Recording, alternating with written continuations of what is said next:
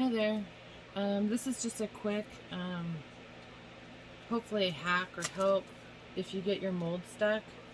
So when I went to take this out, all the edges are coming free, except right here. This small little section right here is stuck. If I was to try to pull that, I'm going to tear that mold, and I don't want to do that. The best way I found to get it out is using a heat gun. And you don't want to melt this, so you have to be careful. But I'm going to turn the heat gun on, and you guys can watch how I separate it. And the heat will just allow that to release. But you have to be careful. Like I said, don't damage your mold. And be careful not to burn yourself or melt your resin too much. But here we go, and I'll show you how to get it off. So what I'm doing is I pull this back, a little pressure, and I just heat that up a little bit.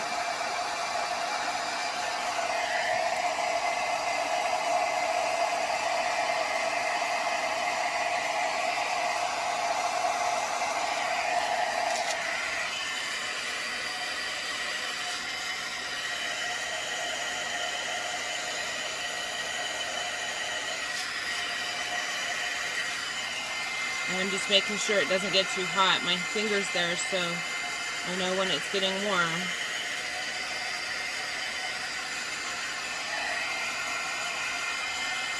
And I'm just applying pressure. You can see now it's from here to here, so it's getting smaller.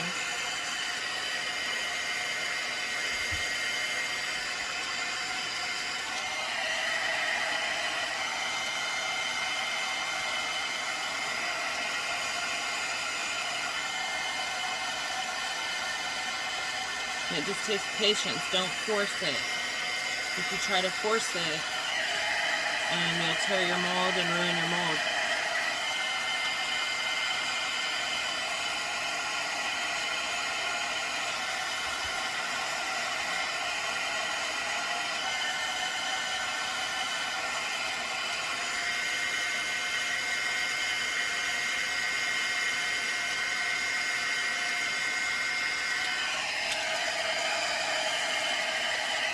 And there it just popped off.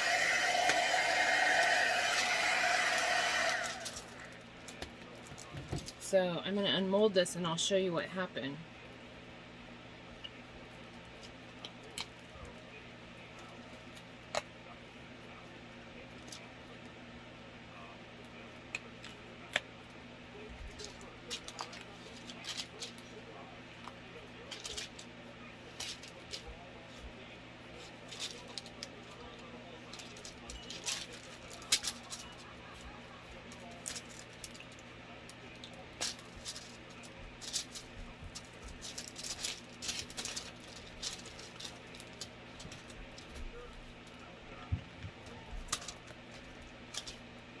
So that's stuck down in here again. So I'm going to do the same thing and pull that apart. See where that's stuck? If you're not careful, you'll break your mold.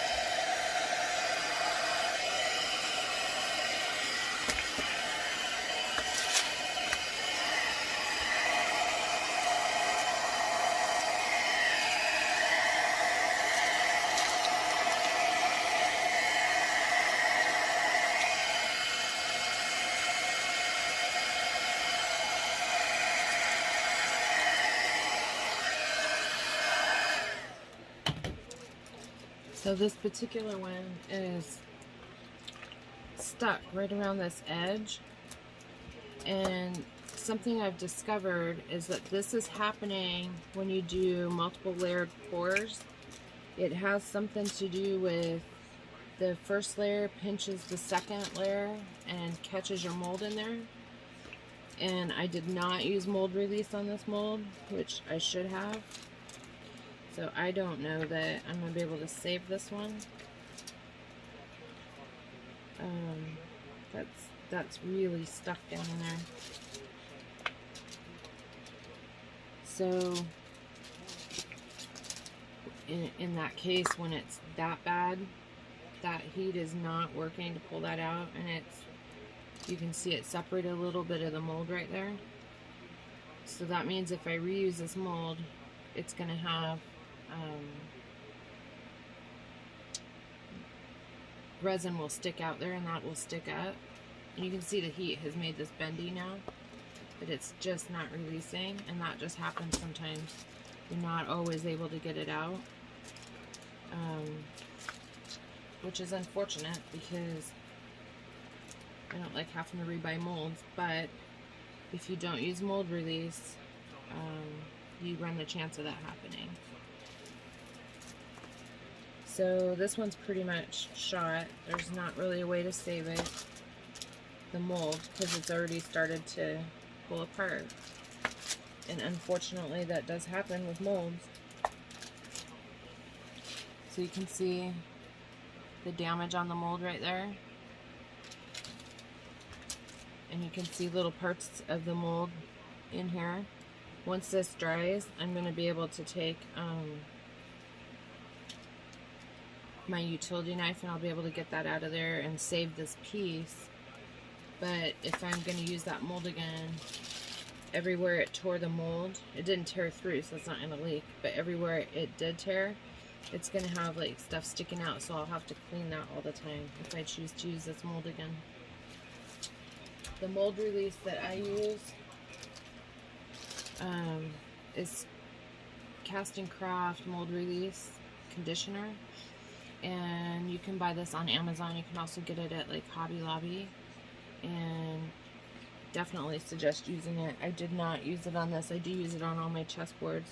I haven't had trouble with these sticking before, so I know with my other molds I'll definitely start putting this on. But this, you should have some of this, and definitely should use it. If you do pour in layers, definitely put this on. And the way I do that when I pour in layers is I put this on a towel, like a paper towel, and then I wipe it where it needs to go, and I let it dry, and then I pour. And I did not do that with this one, so I just want you guys to learn from my mistakes. So again, it didn't tear through, so I'm able to use the mold again. It's going to cause me to have to do cleanup, so I'll probably only use this mold if I really need to, because I have other ones of the same mold. But I just wanted to give you guys that little tidbit. Thanks.